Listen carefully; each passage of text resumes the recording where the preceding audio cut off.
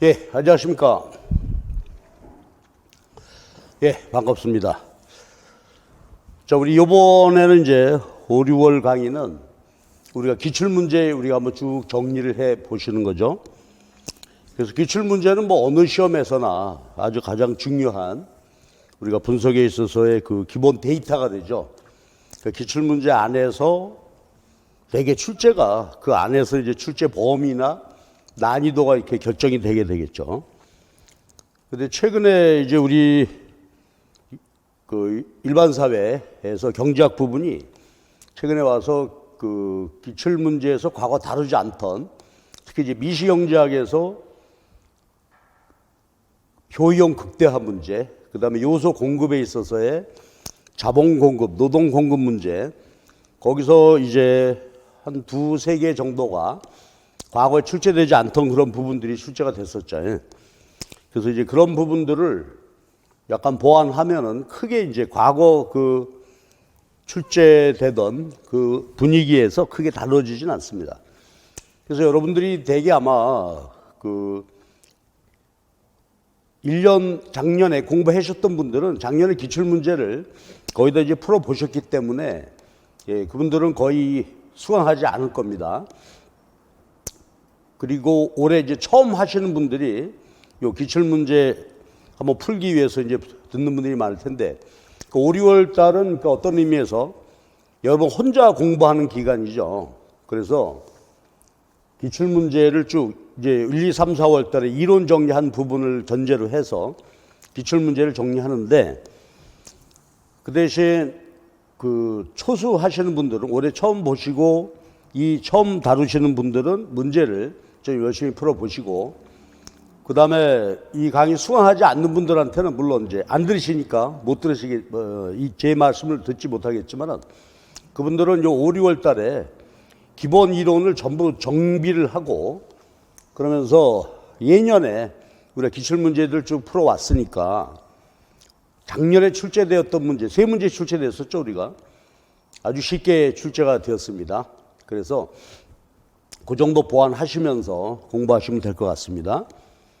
예, 초사하시는 분들한테 이제 다시 한번 말씀드리게 되면, 우리 요 기출문제는 이제 제가 92년, 93년 이때부터 과거에 그 객관식 문제가 있을 때부터 우리 문제를 쭉 전부 다 수록을 해놨어요.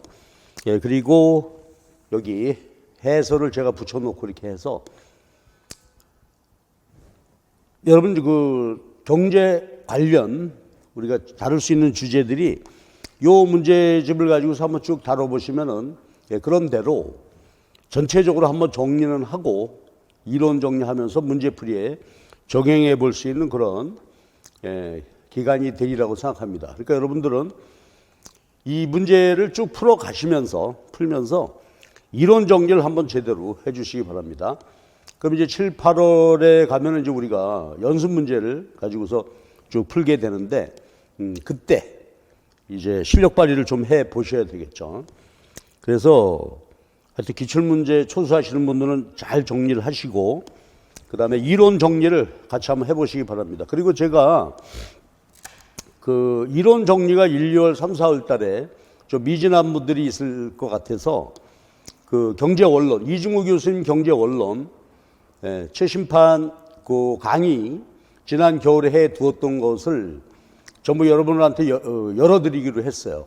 그러니까 그 부분을 보시고 진도별로 같이 한번 보면서 정리해 가면은, 그렇죠, 이론 정리 쭉 한번 하시고 문제풀이로 연습해보는 그런 좋은 과정이 될 것 같아요.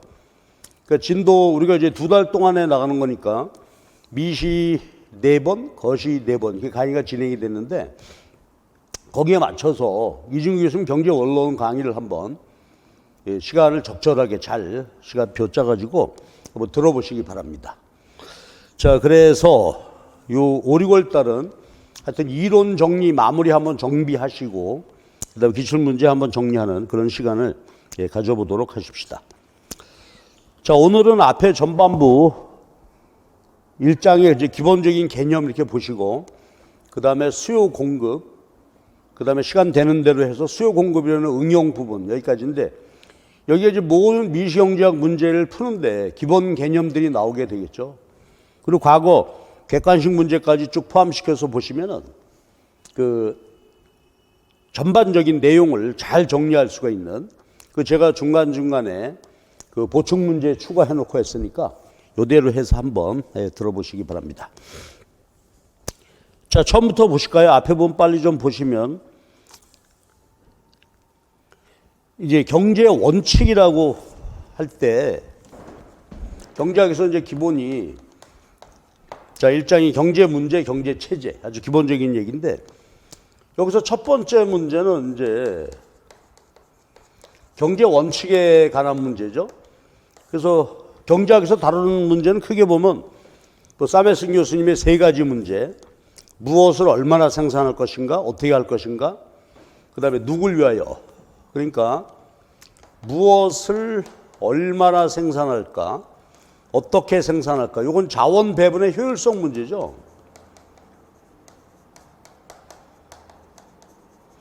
이게 효율성 문제가 되고, 그 다음에 누구를 위하여 생산할 것인가 하는 것은 분배 문제가 되겠죠. 예. 근데 분배는 가능하면 소득 분배는 공평하게 이루어져야 된단 말이에요. 근데 이제 공평이라고 하는 것은 우리가 일반적으로 정의할 때 균등 분배를 말하는 걸로 이해하시면 되겠죠. 공평하다는 거하고 균등하다는 거하고는 좀 다른 개념이지만은 공평하다는 것은 사실 여러 가지 논쟁이 있을 수 있죠. 여기서 진보와 보수, 또 자유와 평등 이 개념에서 여러 가지 개념이 있을 수 있겠는데 요거는 이제 일반적으로 균등 분배, 가장 아름다운 분배가 균등 분배가 되겠죠, 사실은. 그래서 경제 문제는 두 가지예요. 자원 배분 효율성, 소득 분배 공평성 이렇게 되는데 이 공평성 문제는 그렇죠, 경제 이론으로 다루기 어렵죠. 균등 분배라고 할 때 사실 많은 문제가 있잖아요. 그래서 경제학에 있어서는 주로 자원 배분의 효율성인데 그러면 이제 희소한 자원을 어떻게 그렇죠 잘 사용할 것인가 하는 그런 문제인데 요거와 관련돼서가 이제 경제 원칙이 되는 거죠. 효율성에 전제되는 기본 원칙은 우리가 흔히 얘기하는 가성비죠. 가격 대비 성능, 가격 대비 효능. 그러니까 경제 원칙인데 요거는 어떤 경제 행위에 따른 순편익을 극대화하는 거죠. 순편익 극대. 요거는 이제 편익에서 비용 뺀 게 순편익이 되죠. 편익은 뭐 소비자라면 효용이고 생산자는 수입. 또 정부라고 보면 우리가 경제 주체를 세 주체다 그러면은 가계, 기업, 정부가 되는데 그렇죠. 가계는 자기 소비할 때 소비자들 주어진 소득으로 소비하면서 효용 극대화. 기업은 수익 극대화겠죠. 정부는 사회 후생 극대화. 정부 역할은 그렇죠. 국리민복 그러잖아요. 편익은 이제 다양하게 나타날 거고 비용, 소비자의 비용은 자기 소득이 되겠죠. 뭔가 소비해야 되니까. 기업의 비용은 생산비. 그 다음에 이제 정부의 비용이다 하게 되면 세금 걷어서 지출해야 되는 정부 지출. 그렇게 되죠. 편익과 비용. 요 차이가 순편익이죠. 그럼 이걸 이제 극대화해야 되니까 경제 원칙은 뭐죠? 비용은 미니마이즈하고 최소화하고 편익은 극대화. 그러면 이제 우리가 순편익이 극대화 되겠죠.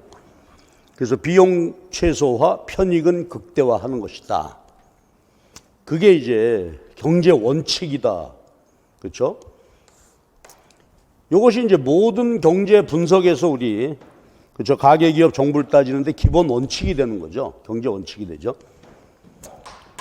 그래서 이제 여기서 이제 하나 볼 것은 관련되는 개념의 비용인데 경제학에서 비용은 기회비용 개념이었죠. 자, 기회비용은 우리가 뭔가 실제로 내 호주머니에서 나간 거 이게 명시적 비용 플러스 어떤 행위를 했단 말이죠. 다른 행위를 포기해야 되죠. 예를 들어서 점심에 짜장면 먹었으면 짬뽕 못 먹게 되잖아요. 그 포기한 대안의 최고 가치. 포기한 대안 여러 가지가 있을 텐데 그 중에 최고 가치를 더한다. 그러니까 내가 경제학 공부하게 되면은 법학 공부 시간 줄여야 되잖아요. 그러니까 내가 경제학 공부 2시간 할 때 2시간만 경제학 공부의 비용이 아니고 헌법 공부했더라면 내가 그렇죠? 학습해서 할 수 있었던 그만큼이 포기한 가치란 말이에요. 그래서 단순히 화폐적 비용 요거까지 포함하는 것이다. 그렇죠? 기회비용 개념 이렇게 이제 보면 되겠죠. 그리고 이제 비용 중에서 경제학에서 매몰 비용이 있었죠. 자, 매몰 비용은 과거 선택에 의해서 이미 들어갔는데 지금 와서 보니까 이게 잘못된 선택이었다. 그럼 이건 매몰 비용은 포기해야 하는 것이고요.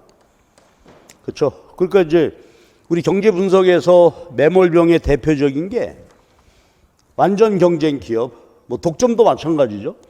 모든 기업이 단기에 만약에 가격이 평균 가변 비용보다 싸다. 그럼 이제 조업 중단해야 되죠. 그럼 그때 발생하는 비용, 고정 비용, 들어가 있는 고정 비용이 이게 이제 매몰 비용이 되겠죠. 자, 그래서 우리가 경제 원칙과 관련해서 요 정도 정확히 개념적으로 정리를 해 주시면 되겠죠. 이게 물론 이제 시험에 도출되는 것은 아니지만 우리 시험에 그러니까 그래도 요 기본적인 개념 정도는 이렇게 보시는 것이 좋겠죠. 그래서 요것이 모든 경제 분석에 적용이 되잖아요. 그러니까 소비자는 주어진 소득, 인컴으로 XY 소비할 때 그에 따른 효용을 극대화한다. 그렇죠? 이런 얘기고. 기업은 어떻게 될까요? 주어진 비용으로 그렇죠? 생산할 때 이윤 극대화가 되겠죠. 이윤이라고 하는 것은 총 수입에서 총 비용 빼게 되는 것이죠. 그래서 기업은 이윤 극대화가 되고 아까 얘기했던 가계, 기업, 정부 하게 되면 정부는 그렇죠. 세금을 거두죠. 세금을 거두어서 국민들에게 그렇죠. 여러 가지 지출하게 되죠. 지출을 하게 되면 뭐 소비 지출, 정부의 투자 지출, 그다음에 각종 국민들에게 보조금 지급하게 되잖아요. 그래서 주어진 세금으로 요거 적절하게 잘 지출해 가지고 maximize social welfare, 사회 후생을 극대화하는 거. 자, 요게 우리가 그대로 적용이 되겠죠. 그러니까 모든 분석에서 우리는 다 각자가 그죠 경제 원칙에 따라서 선택한다. 그리고 이것으로부터 시장에 수요 곡선이 도출되고 공급 곡선이 도출되죠. 자, 그럼 이제 시장은 수요 공급에 의해서 균형이 이루어지게 되는데 그것의 의미는 소비자는 효용 극대화했고 가격, 거래량, 요 가격 지불하고 요만큼 소비해서 효용 극대화했다 이거죠. 그다음에 공급자들은 주어진 비용으로 생산할 때 가격 Q 이렇게 해야 이윤이 극대화되는 것이죠. 그래서 우리가 시장 균형하게 되면 어때요? 그렇죠. 생산자와 소비자가 모두 자신의 경제 원칙에 따라 효용 극대화했고 이윤 극대화 이렇게 하게 되겠죠. 그다음에 이제 요소 시장도 보게 되면 팩터 디맨드, 팩터 서플라이인데 노동 자본 수요자는 기업이죠. 기업이고 요소 공급자들은 우리 소비자들이죠. 그 소비자들이 노동과 자본을 공급해서 요소 소득을 얻게 되는데 이것도 기본적으로 어떻게 돼요? 요소 공급 소비자들이니까 이들은 역시 효용 극대화해서 요소 공급이 이루어지게 되고 기업은 그렇죠. 이윤 극대화에 의해서 요소를 수요하게 되는 것이죠. 자, 그러니까 모든 경제 논리가 그렇죠. 자본주의 경제 분석하는 신고전학파 경제학의 수요 공급 논리가 그렇죠. 생산물 시장, 요소시장. 그리고 거시경제학은 이게 밑바탕이 되는 거죠. 생산물 시장, 그 다음에 노동시장, 자본시장.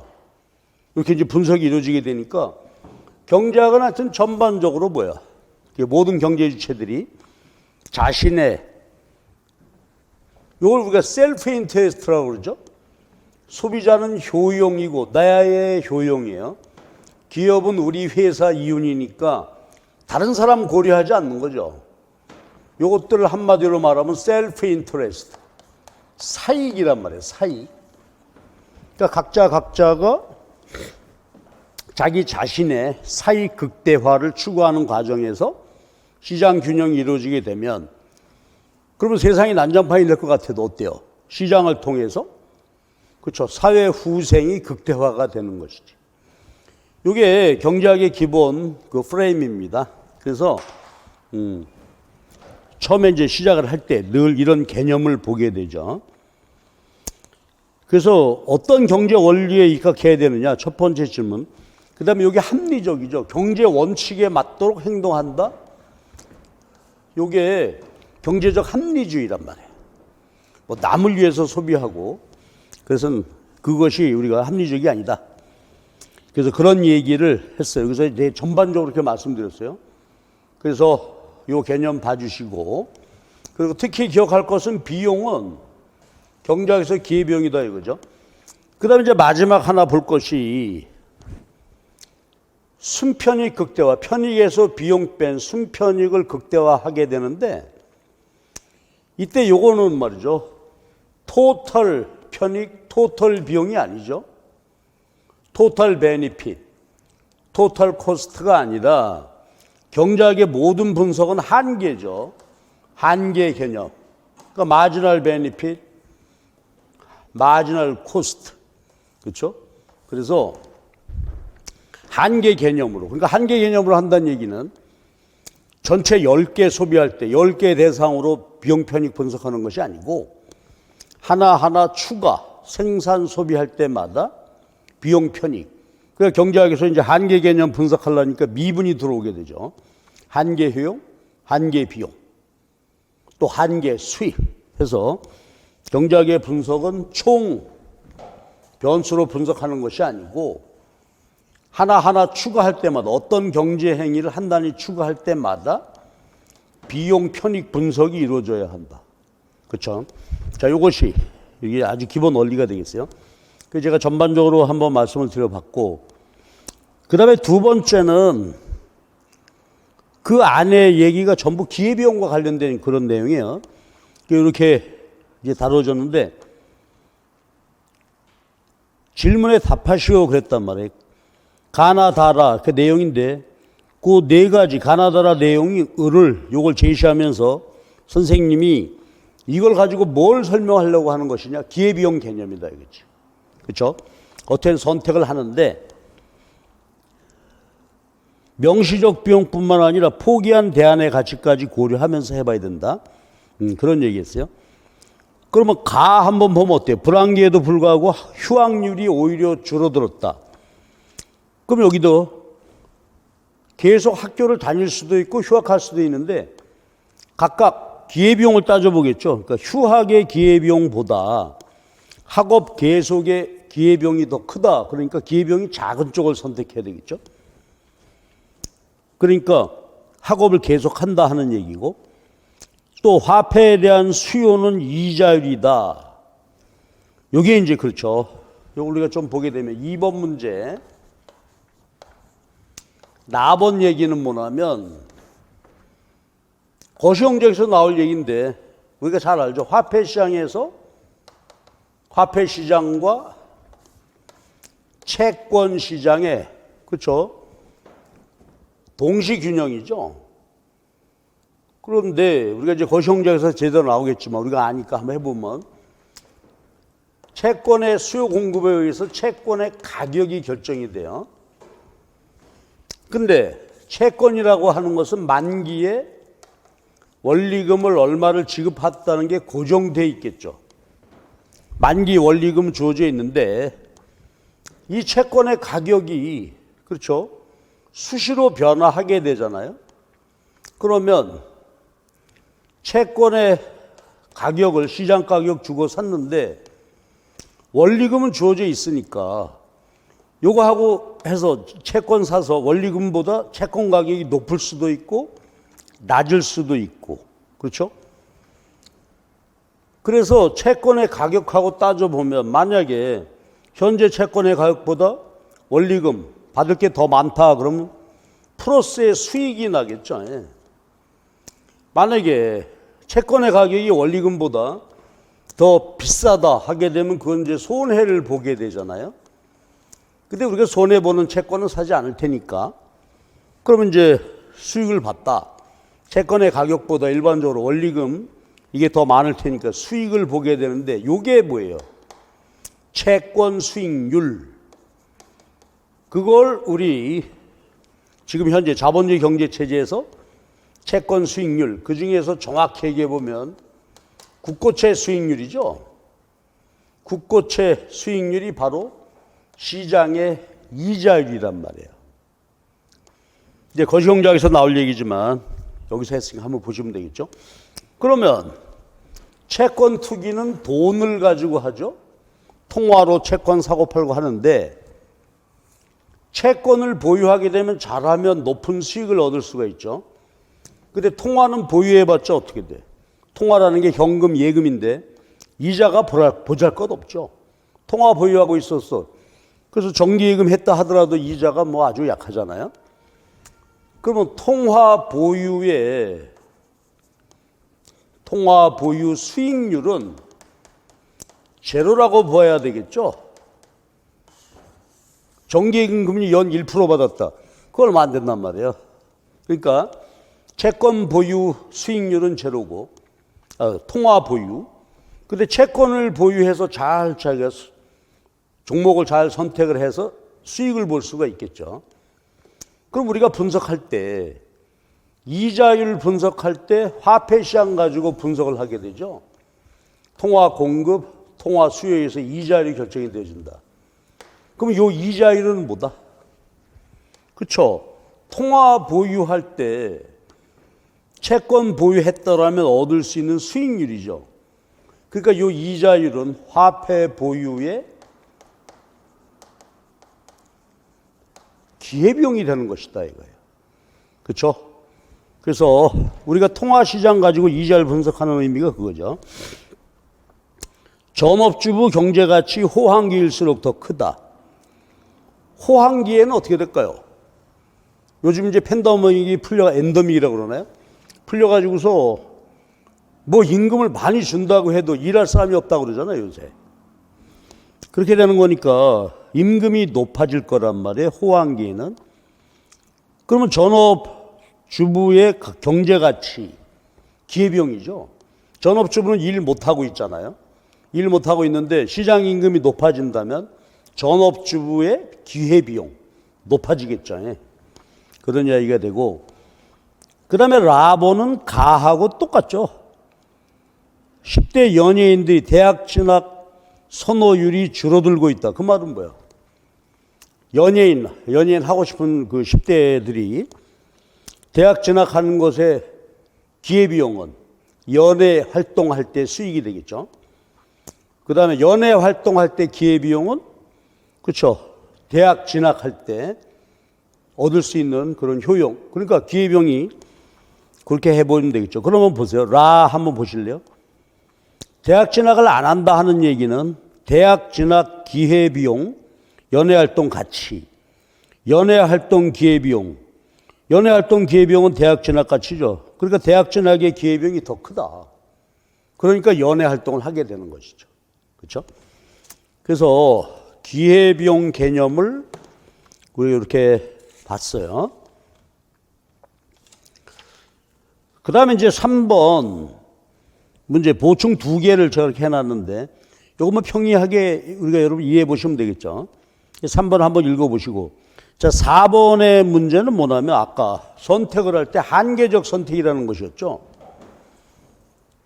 총편익 총비용 이걸로 한단 말이야. 총편익 총비용이 아니라 한계편익과 한계비용으로 한다. 그러니까 자 여기서 보시면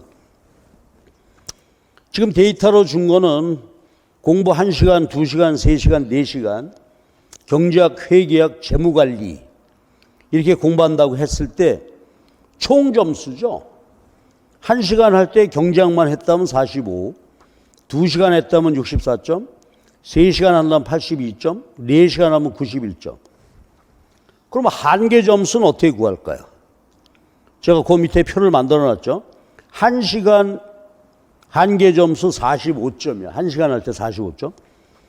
2시간 할 때 총 점수가 64점이니까 한계 점수는 64에서 45 빼게 되면 19점이죠. 그러니까 처음 1시간에서 점수 45점이고 1시간 추가 공부했을 때 증가한 점수 이게 19, 한계단 말이에요. 그러니까 이런 식으로 이제 과목별로 한계 점수를 쭉 해야 되죠. 그래 가지고 어떻게 돼? 한계 점수가 제일 높은 순서대로 시간 투입해야 되겠지. 그렇죠? 그래서 한계적 선택이다 하는 것을 이걸로 보시면 되겠습니다. 자, 그 다음에 이제 2장이 경제학의 본질 뭐 이래가지고요. 경제학의 방법론 이렇게 다뤄지게 되는데 그 1장에서 이제 기본 개념을 보셨고요. 2장에서 보는 것은 우리가 공부하는 것이 자본주의 경제 분석하는 주리 이론이죠.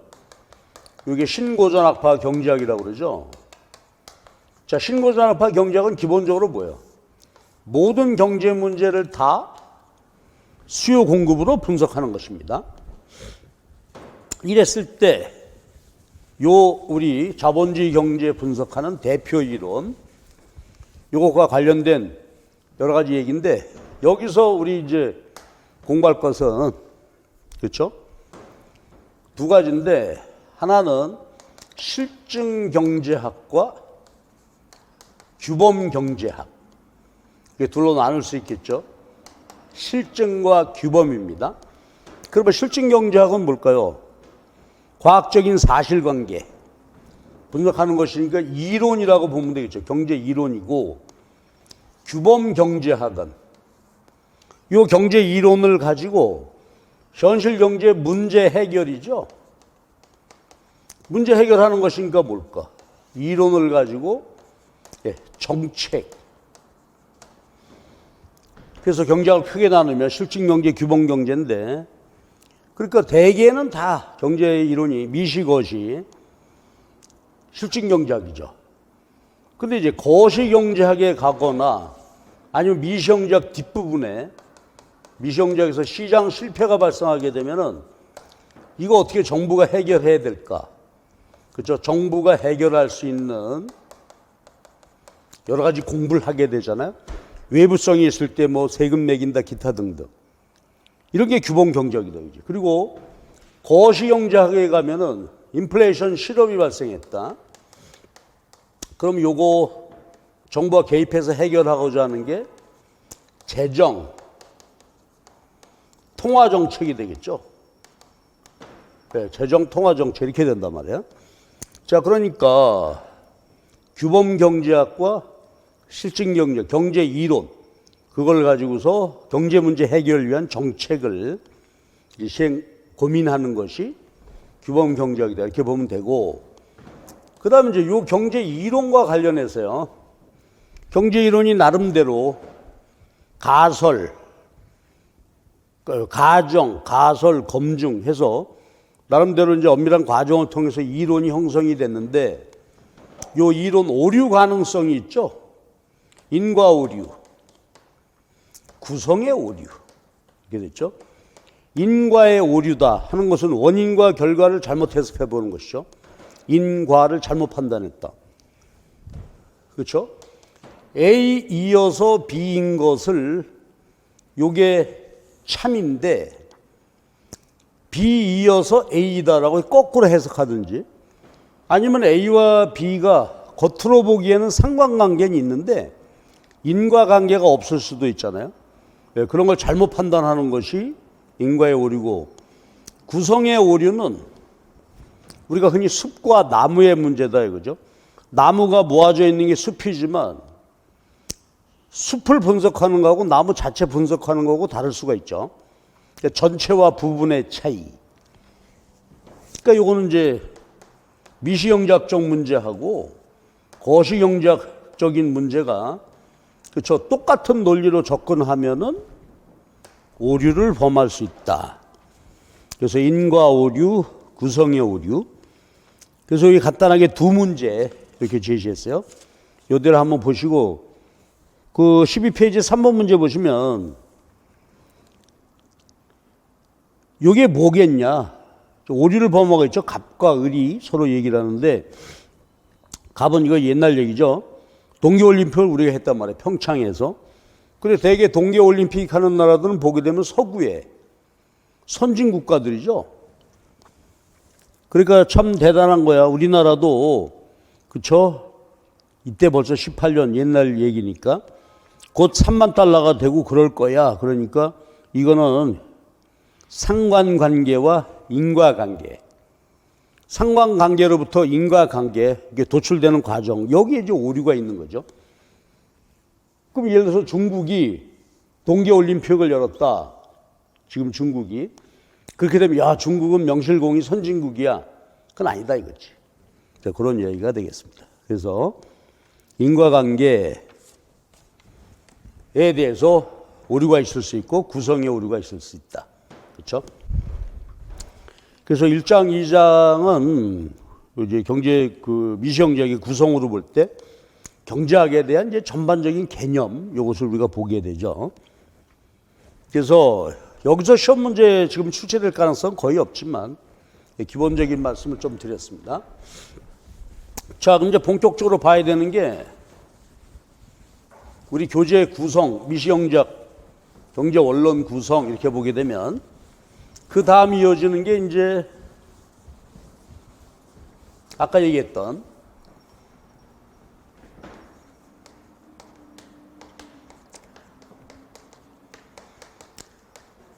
수요 공급 이론이 되죠.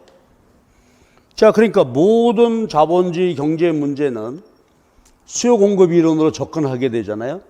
생산물 시장 수요 공급, 요소 시장 수요 공급, 금융 시장, 통화 시장과 채권 시장의 상호작용. 또 앞으로 보게 될 외환 시장이 있죠. 달러 외환 시장 수요 공급, 환율 결정되고요. 그다음에 금융 시장에서 채권의 가격이 결정이 되게 되면 통화 보유 기회 비용이 이자율이 되는 것이고 이렇게 보게 되죠. 요소 시장 하게 되면 노동 시장, 자본 시장, 수요 공급에 의해서 임금 이자가 결정이 되고 생산물 시장 수요 공급에 의해서 생산물 가격과 거래량이 결정이 되어지죠. 그러니까 경제학 전반적으로 모든 경제 문제 분석은 전부 수요 공급 이론이에요. 이게 신고전학파 이론이었죠. 그러면 3장에서는 이 생산물 시장을 중심으로 해서 그렇죠. 수요와 공급에 관한 기본 개념들 정리하는 거죠.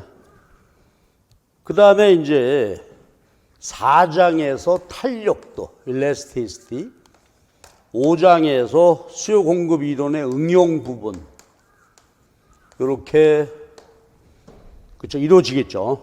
그래서 경제 원론 보게 되면 여기 이제 2편 해서 경제학에서 앞으로 모든 시장 분석할 때 사용하는 그 기본 개념들을 전부 살펴보는 그런 내용이 되니까 여기가 대단히 중요하죠. 그래서 우리 기출 문제들이 출제가 되는데 한번 보실까요? 그렇게 기출 문제가 상당히 많아요. 근데 우리 시험으로 한번 보시면은 우리 시험제도 개편이 2014년도에 개편이 됐잖아요. 그러면 2014년도 이후 이 부분에서 출제된 것을 한번 보려면은 여기를 한번 보잔 말이에요. 우리 교재 41페이지요. 41페이지 보시면은 거기 13번 문제예요. 미리 한번 보시죠. 우리 경제학 처음 하는 사람들이 아니니까. 요게 22년 2학년도 시험 문제, 그러니까 21년도 작년 11월 달에 시험이 이렇게 나왔었죠. 예. 시장 수요 공급해서 그 최고 가격제를 시행을 하고 정부가 수매하는 이런 문제가 출제가 됐었고요. 그 다음에 42페이지 보시면 14번 문제입니다. 여기는 소비자 잉여 계산 문제.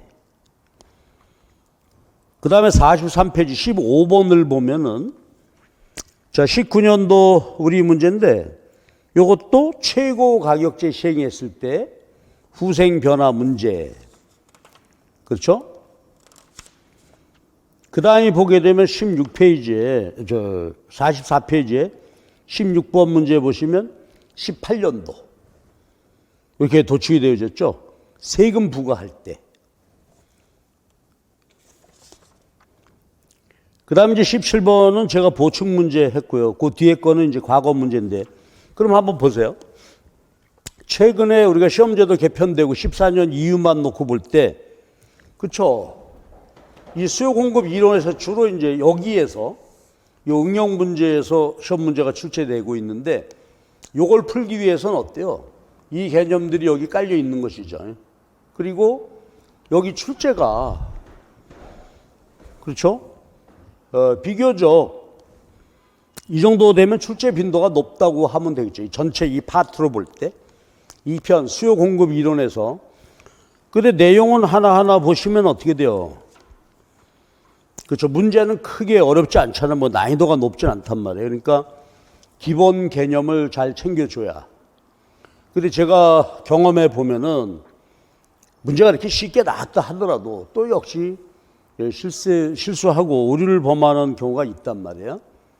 그래서 우리가 좀 긴장을 하고 이 부분은 아주 기초적인 부분이긴 하지만 잘 적응해야 되겠고 그 다음에 뒤에 문제들을 풀기 위한 기본 개념들이니까 여기를 잘 봐야 되겠어요.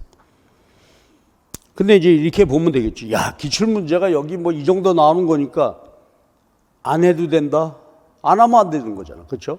아무리 난이도가 쉽다 하더라도 기본 개념을 알아야 풀 수 있는 문제들이란 말이야.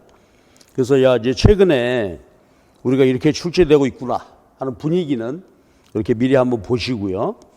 이 관련되는 내용들을 과거 객관식 문제에 포함해서 한번 쭉 보는데 이게 다 기본 문제들이요.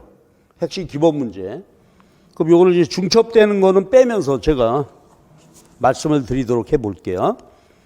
자, 이제 15페이지로 돌아갑시다. 3장이야. 수요 공급 이론이요. 수요 공급 이론의 객관식 문제 1번인데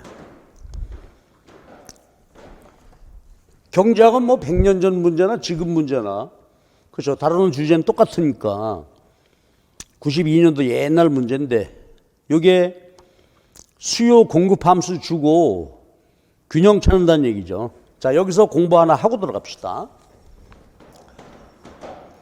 수요 함수가 5000에 500p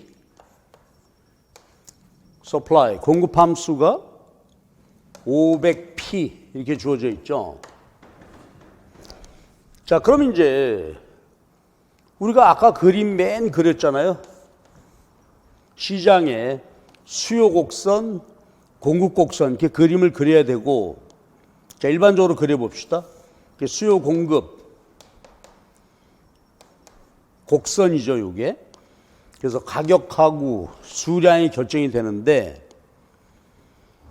근데 정작 처음 시작할 때 늘 생각하고 들어가야 되는 게 경제 이론 보게 되면 수요 공급 함수 그러면은 수요 함수는 뭐죠? 펑션 오브 가격이란 말이에요. 가격이 독립이고 얘가 종속 변수가 되죠.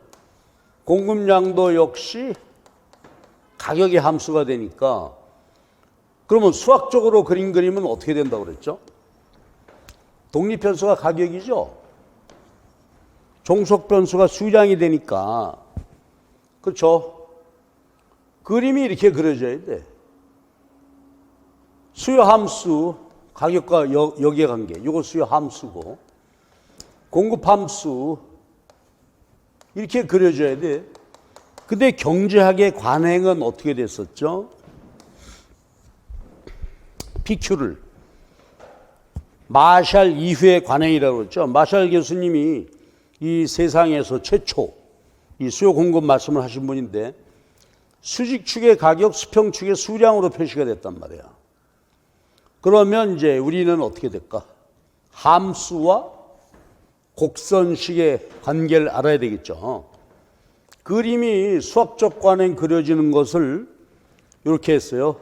이론적으로 보면 가격이 독립, 수량이 종속 변수가 되는데 그림은 마치 수량이 종속 변수인 것처럼 독립 변수인 것처럼 그리게 되니까 이것으로부터 수요 곡선식, 공곡선 도출해야 되겠죠. 가격으로 정리한다. 함수식을 가격으로 정리해서 수요 공급 곡선식을 도출하는 거죠. 해봅시다. 가격으로 정리해야 돼. 넘겨야 되죠. 마치 얘가 종속 변수인 것처럼 해야 되니까. 그러면 5000 빼기 Q가 되죠. 얘는 둘 다 플러스니까 위치만 바꾸면 되죠. 500P equal QS.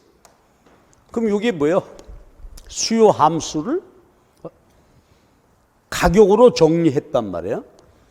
공급 함수 가격으로 정리했어. 그럼 이걸 정리하면 수요 곡선식이 되는 거죠. 해보면 어떻게 돼요? 앞에 500부터 얘를 1로 만들어야 되니까 이 식 전체를 500으로 나눠야 되죠.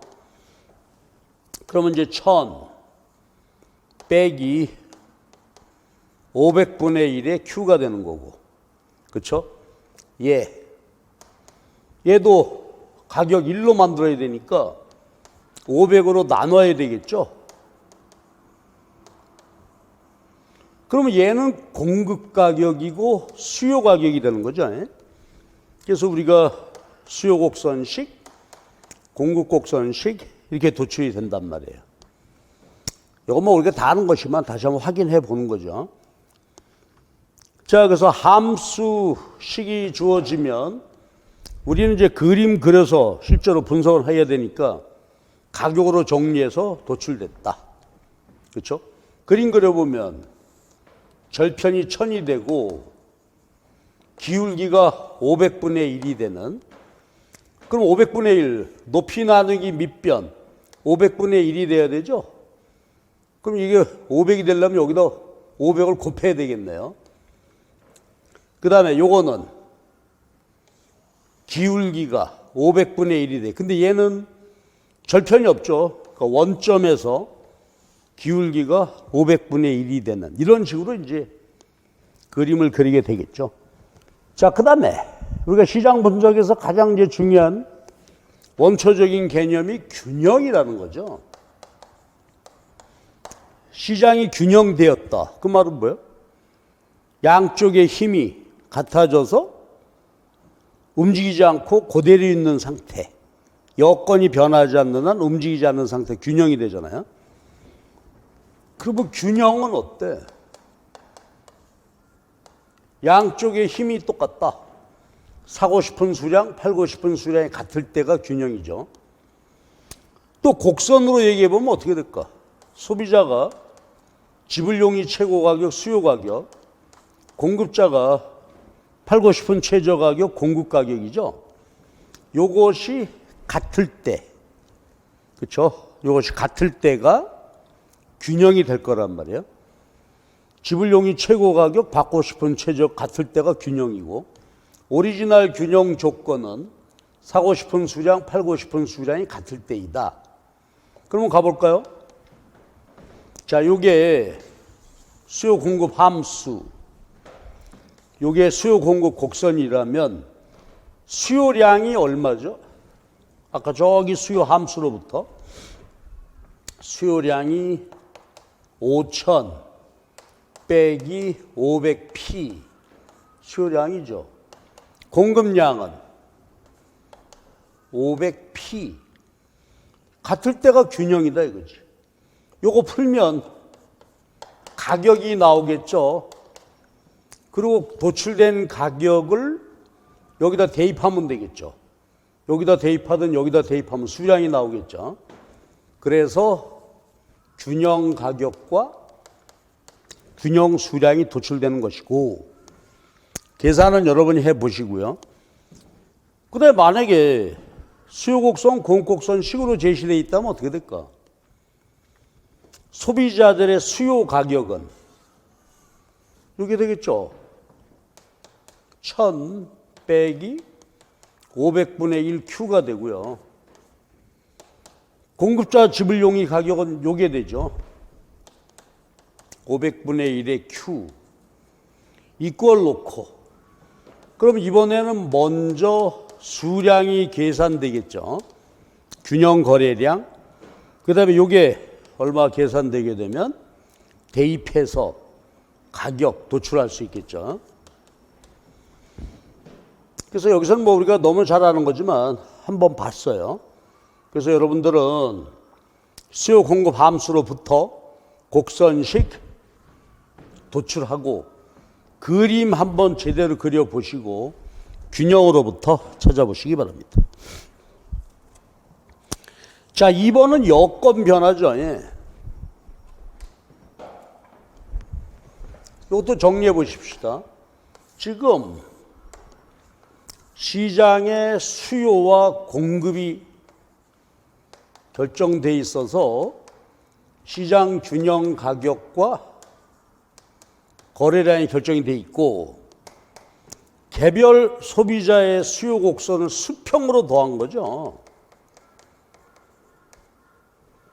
시장 수요 곡선 도출됐고요. 시장 공급 곡선은 개별 공급자 공급 곡선을 수평으로 더해서 도출된 거죠. 이게 시장 균형이란 말이야. 그러면 아까 얘기했듯이 수요 공급량이 같고 수요 가격 공급가격이 같아서 이렇게 균형이 딱 성립돼 있으면 여건이 변화하지 않으면 변하지 않는다. 그렇죠. 움직이지 않는 거죠. 근데 여건, 수요 측 여건. 자, 여건 낱말의 뜻이 뭐죠? 그렇죠. 가격 이외에 수요에 영향을 주는 것들. 이게 수요 측 여건이고, 공급도 가격 말고, 그렇죠? 공급 측면에 영향을 주는 어떤 것들이 공급 측 여건이 되는데, 자, 기억나는 대로 복습 한번 할까요? 자, 소비자들 소비하고자 하는 마음에 영향 주는 게 뭐가 있을까요? 인컴, 웰스, 소득과 부.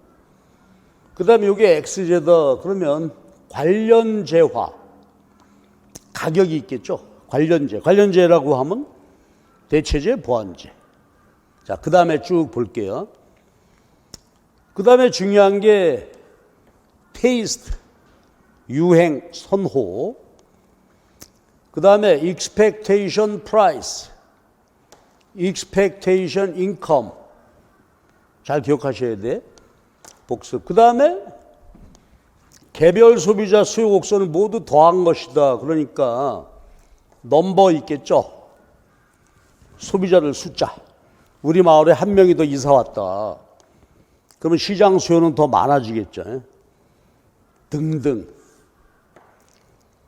요거 기억해야 되죠. 자, 그럼 이제 정리하고 가십시다. 소득이 증가할 때 두 가지죠. 얘가 정상제냐 열등제냐. 정상제는 어떻게 될까? 소득이 증가하게 되면 수요가 증가하죠. 자, 수요가 증가했다는 말은 뭐지? 가격은 변함이 없는데 수요 측 여건, 수요 증가, 더 소비해야 되겠다. 그렇죠? 우측 이동하는 것이죠. 근데 이때 수요 곡선상 변화는 우리가 수요량 변화라고 하죠. 가격이 오르면 수요량이 줄고 내리면 증가하고 여건이 변화하면 수요 변화. 이건 좌우 이동이 되는 거죠. 소득이 증가할 때 정상재 수요가 증가합니다. 근데 만약에 열등제라면 어떻게 됐죠? 열등제라면 수요 감소하죠. 수요 곡선이 왼쪽으로 일정 가격에서 소비하고자 하는 수요가 줄어들었다 이거지. 그렇지? 요거 관련제 가격이 올랐는데 요거 대체제 보완제입니다. 대체제는 어때요? XY가 대체제다. 두 개 바꿔 소비해도 되는데 Y 값이 오르게 되면 X 수요는 감소, 좌측 이동할 거고, 만약에 얘가 보완제라면 동시 소비해야 되는 거야. 그럼 보실까요? Y제 가격이 오르면 수요량이 줄죠. 수요 법칙에 따라서. 수요량이 줄어.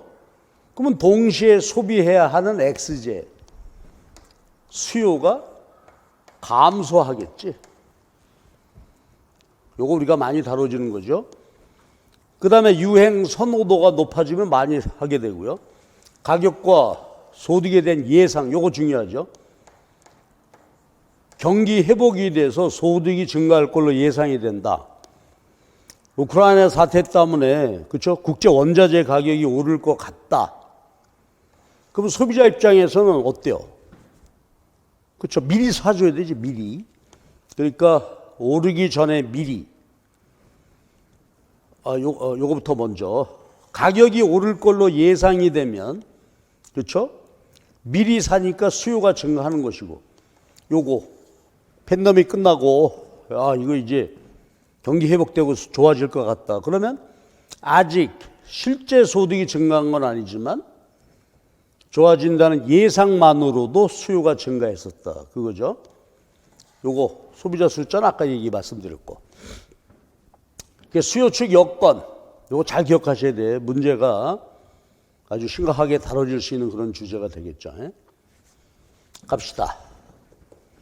공급, 개별 공급자 공급 곡선 수평 합의 시장 공급이 되는데, 근데 요거 우리가 공부할 때 핵심적으로 봐야 되는 게 있죠. 공급 측 여건 변화, 가격 말고, 그렇죠? 영향 주는 거, 공급 측면 영향 주는 거가 제일 중요한 게 뭐냐면, 자, 우리 알죠? 완전 경쟁 시장 머리 떠올려 보여? 그러면 공급 곡선은 뭐죠? 한계 비용이 되는 거죠. 공급 곡선 비용이란 말이에요. 개별 기업의 한계 비용 전부 수평 앞에 놓은 게 시장 공급이니까 비용 변화 요인이 공급 변화 요인이 되겠죠. 자, 그럼 가보십시다. 하여튼 공급 측면에서 비용이 오르는 변화가 생겼다. 그러면 얘가 비용을 보여주는 건데, 코스트. 비용이 인상되면 어때요? 똑같은 생산해도, 그렇죠. 생산비가 증가했다면 원래 가격 수준으로 볼 때 어떻게 돼요? 공급이 줄게 되죠.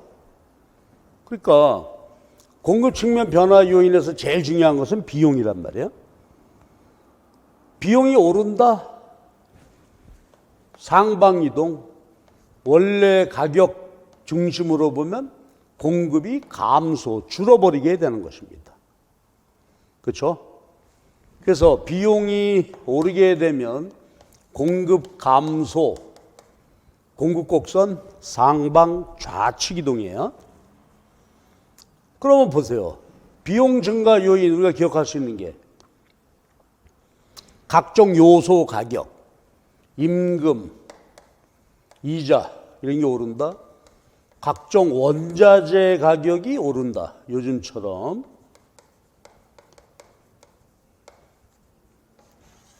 그러면 공급이 줄게 되는 거죠. 임금 오르고 이자 오르고 생산비가 증가하게 되니까 원자재 가격 오르는 것도 마찬가지고 이제 공급이 줄게 되죠. 요게 중요하단 말이야. 자, 그 다음에 이제 비용 변화 말고 다른 요인도 있겠죠. 요거 예상인데 여기는 expectation price만 보면 돼요. 공급자들이 가격이 오를 걸로 예상된다. 그럼 공급자들이 어떻게 한다고? 내가 지금 이 가격을 받고 이렇게 팔고 있는데 오를 것 같아. 그럼 어떻게 되죠? 아까 소비자는 미리 사려고 하고 공급자들은 안 팔려고 하겠죠? 왜? 오른 다음에 팔아야 되니까. 그래서 가격이 오를 걸로 예상하면 공급을 줄이게 된다. 이게 사재기죠, 사재기. 매점 매석. 그러니까 소비자는 사재기, 공급자는 매점 매석. 뭐 이런 말로 하게 되잖아요. 그래서 얘가 오를 것 같으면 공급이 감소한단 말이에요.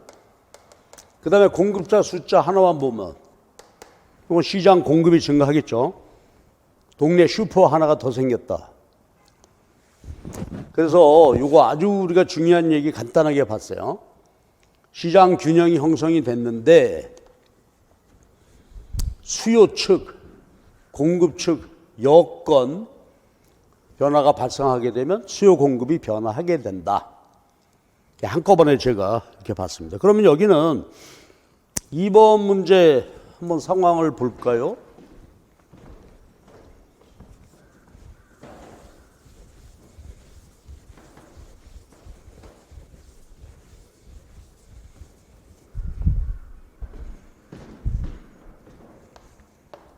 문제가 지금 보면은 잼과 버터, 잼의 원료는 과일이고 버터의 원료는 우유다. 그리고 잼과 버터는 대체제이다 이렇게 돼 있죠. 그럼 잼 시장 그려보고 버터. 그러니까 여러분 식빵 사다가 드실 때 잼 발라 먹냐 버터 발라 먹냐? 아이 난 버터는 죽어도 안 먹어. 그러지 않을 거 아니야 대개는. 잼 발라 먹을 수도 있고 버터 발라 먹을 수도 있고 서로 대체제야. 이렇게 돼 있죠. 근데 잼의 원료는 과일이고 버터의 원료는 우유다. 그래서 상황을 잘 정리해 놓고 문제를 풀어보자 이거죠. 근데 원인을 똑바로 해봐라 이거지. 원인을. 그러니까 아우 이거 아주 문제가 골치 아픈데요. 가는 버터의 균형 거래량이 증가했대. 버터의 요 거래량이 증가했다는 얘기죠. 버터 여기네요. 버터의 균형 거래량이 증가했다. 요거보다 이게 많아졌다 이거죠. 그리고 잼의 균형 가격은 올랐다. 잼의 요게 균형 가격인데 이건 올랐다 이거야. 그 다음에 이렇게 되다. 가부터 먼저 보죠. 균형 거래량이 증가했다. 그럼 어떻게 될까? 버터 균형 거래량이 증가했던 얘기는 버터의 수요가 증가하든지 아니면 어떻게 돼요? 얘가 증가하려면 공급이 증가해야 되겠지. 그러면 거래량이 증가하겠죠. 이걸 찾으면 되죠. 그 다음에 잼의 경우는 가격이 올랐대요. 그럼 어떤 변화가 생겼을까? 얘가 오르려면 수요가 증가하든지 아니면 공급이 감소하든지. 그러니까 시장 균형 가격이 오르려면 공급은 감소하고 수요는 증가하고 둘 중에 하나죠. 거래량이 증가하기 위해서는 수요는 증가하고 공급이 증가하게 되면 변화가 생기겠죠. 이게 가야. 그러면 이렇게 될 수 있는 변화를 그 밑에 보기에서 찾아보자 이거지. 가. 그러니까 하나하나 다 따져봐야 되는데, 근데 참 다행스럽게도요, 정답이 1번이야. 나머지는 제가 다 해설해 놨습니다만, 정답이 1번이니까 이것만 보도록 하십시다. 자, 과일 가격이 올랐대. 과일 가격이 올랐다는 얘기는 뭐죠? 과일 가격이 올랐다. 그러면 과일은 잼의 원자재죠? 그러니까 원자재 가격이 오른 셈이잖아요. 과일 가격이 올랐다. 얘 비용이 증가했어. 그래서 공곡선 상방이동 공급 감소잖아요. 요거 그렇죠? 가격이 올랐겠죠. 그래서 과일 가격이 오를 때가 1번이 맞아요. 자, 그 다음에 이제 보기가 2, 3, 4, 5가 있으니까 이거 일일이 다, 그렇죠? 다 분석해가지고 가 부분에 요 변화를 챙겨봐야 되겠죠.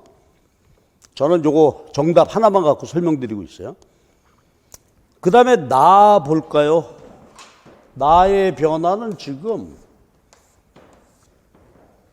잼, 버터인데 버터의 균형 거래량이 증가했대. 그러니까 요건 똑같으네요. 요건 똑같아. 나의 경우 요건 똑같이 보면 되겠고, 그 다음에 잼의 균형 가격이 내렸대. 이번에는 나의 경우는 균형 가격 내렸고 요건 아까하고 똑같은 상황이야. 그러면 균형 가격이 내리려면 어떻게 되죠? 수요가 감소하든지 공급이 증가하면 가격이 내리겠죠. 이렇게 내린다 이렇게 될 거야. 그럼 역시 이제 나로 기록된 거 보기 5개를 전부 검증해 봐야 되죠. 나 봅시다. 우유 가격이 내렸대. 여기. 그럼 우유 가격이 내렸다고요? 그럼 아까하고 똑같이 보면 되겠네요. 버터의 원자재가 우유가 되죠. 얘가 내렸으니까 버터 비용이 감소했겠지. 비용이 감소하면 어떻게 돼? 공급이 곡선이 하방 이동, 공급 증가하게 되니까 이게 원인이 되게 되는 것이죠. 답이 1번이에요. 그러면 여러분들은 2번, 3번, 4번, 5번을 일일이 다 한번 해봐라. 이게 뭐 어려운 것은 아니고요. 시간이 많이 걸리는 문제잖아요. 근데 여러분 해설 보지 말고 해설 막아놓고 일일이 5개를 한번 전부 챙겨보시기 바랍니다. 그렇죠? 5번 해봐야 되니까 귀찮죠. 그렇지만 이게 시험 문제예요. 여기서 이제 볼 수 있는 게 뭐죠? 수요 공급 간단한 변화 문제라도 아주 복잡하게 다루어질 수 있겠다 생각해 보시면 되겠어요. 자, 그 다음에 여기서 여기 3장 수요 공급 이론에서요, 보충 조금 더 추가해서 볼 일이 있어요. 그래서 보충 문제라고 해놓고 3번 문제 보잔 말이에요. 보충 문제 여러분 관심 가지고 꼭 풀어보셔야 돼요.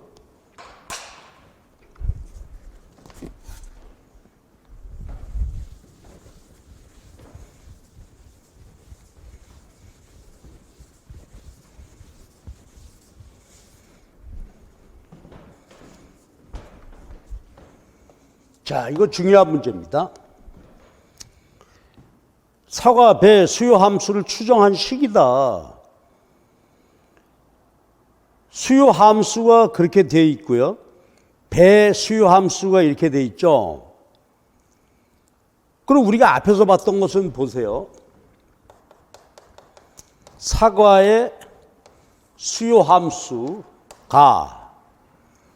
0.8 빼기 0.8PA죠.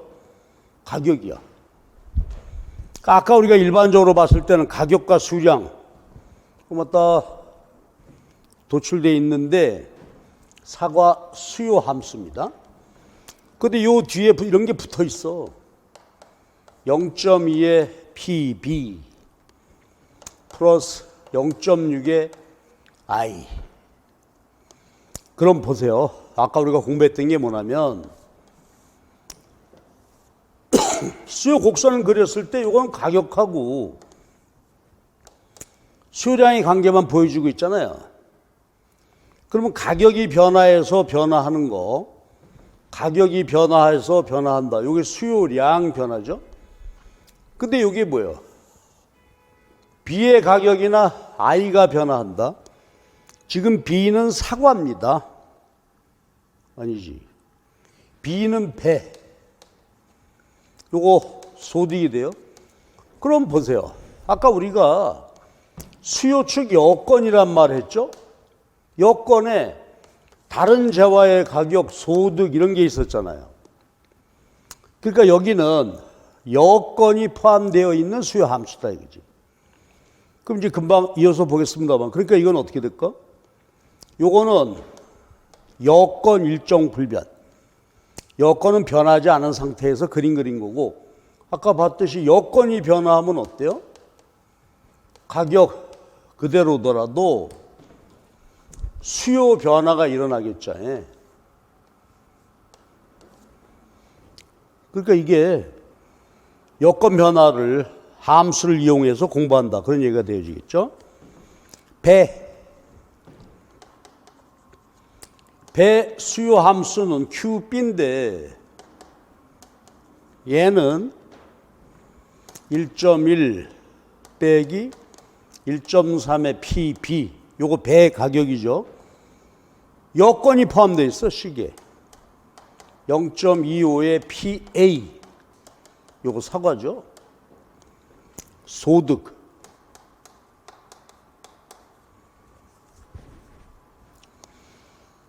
자, 그럼 이거를 이제 어떻게 수리적으로 이해하고 분석할 것인가 하는 문제인데, 보시면 문제가 어떻게 되어 있냐면 그냥 이렇게 되어 있네요. 뒤에서 계산 문제가 있을 거고 여기서는 이제 그냥 보시면 되겠는데, 그럼 보세요. 조금 전에 얘기했던 것처럼 사과의 수요 곡선 그림 그려놓으면 이렇게 됐지. 여기까지만 본 거죠. 요것으로부터 수리적으로 도출이 돼요. 절편이 0.8이고 기울기가 0.8 되는 수요 곡선. 이게 0.8이죠. 절편이 0.8이고 기울기가 마이너스 0.8이 되는. 근데 만약에 배나 소득이 변화하면 어떻게 될까? 자, 함수식을 보고 연습을 해보잔 말이에요. 자, 지금 이렇게 이제 수요 곡선이 주어져 있는데요. 사과 수요 곡선이에요. 근데 배 가격이 만약에 오르면, 배 가격이 오르게 되면 사과 수요는 어떻게 돼요? 마이너스죠. 그러니까 지금 현재 수요 곡선 상에서 만약에 사과 값이 10원 오르면 배 가격이 10원 오르면 사과 수요가 2개 줄어든다는 얘기죠. 배 가격이 지금 현재 가격은 주어져 있는데요. 배 가격이 10원 오르면 요 식으로만 해석해봐. 그러면 사과 수요가 2개가 줄어드는 거죠. 즉 이렇게 된다는 얘기예요. 지금보다 2개가 줄어들어. 그림으로 보면 좌측 이동이죠. 그 다음 소득. 지금 현재 수요 곡선이 이렇게 주어져 있다고 할 때 만약에 소득이에요. 소득이 10원 증가하면 어떻게 돼? 식 0.6개죠. 지금 현재 이 상태보다 6개가 증가해. 이런 얘기란 말이에요. 정확히 보면. 그럼 이제 갈까요? 배 가격이 오르자 사과 수요가 줄었다. 둘의 관계는 대체제죠. 두 개 뭐 사과 배 왔다 갔다 할 수 있는 거니까 배값 오르면 사과 먹고, 그렇죠? 그래서 배 가격이 오르게 되니까 배를 먹어요. 사과 수요는 이렇게 줄어들게 돼. 그러니까 서로 대체제가 되는 거고, 소득은 이 식으로만 볼 때 10원 증가하게 되면 사과를 6개를 더 먹어요. 정상제죠. 이렇게 우리가 판별할 수가 있다 이거지. 그렇죠? 근데 이번에는 요게 사과인데요. 배도 볼까요?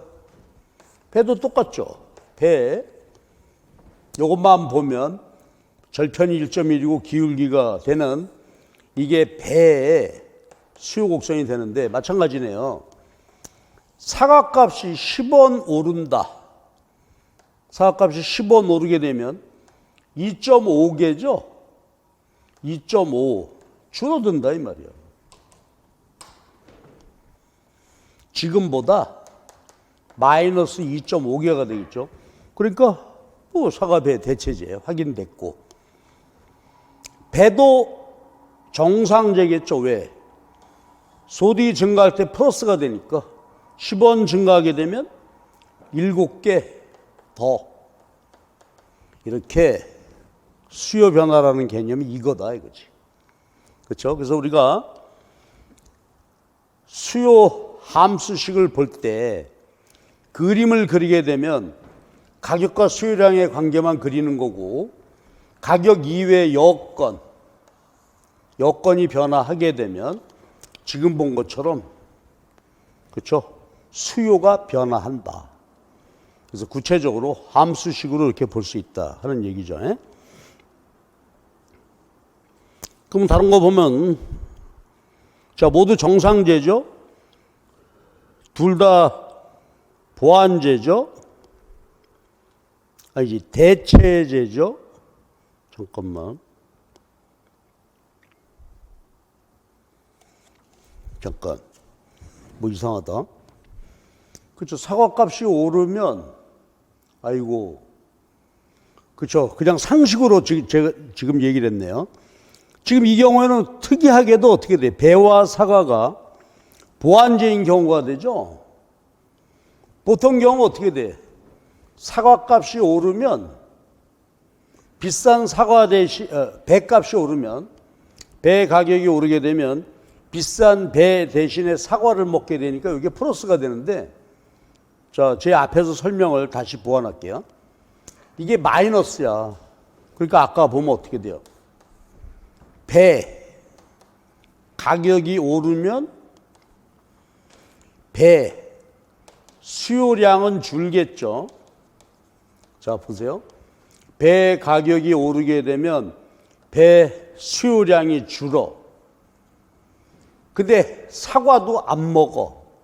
사과 수요도 줄게 되니까 이 문제는 깜빡 속았네요.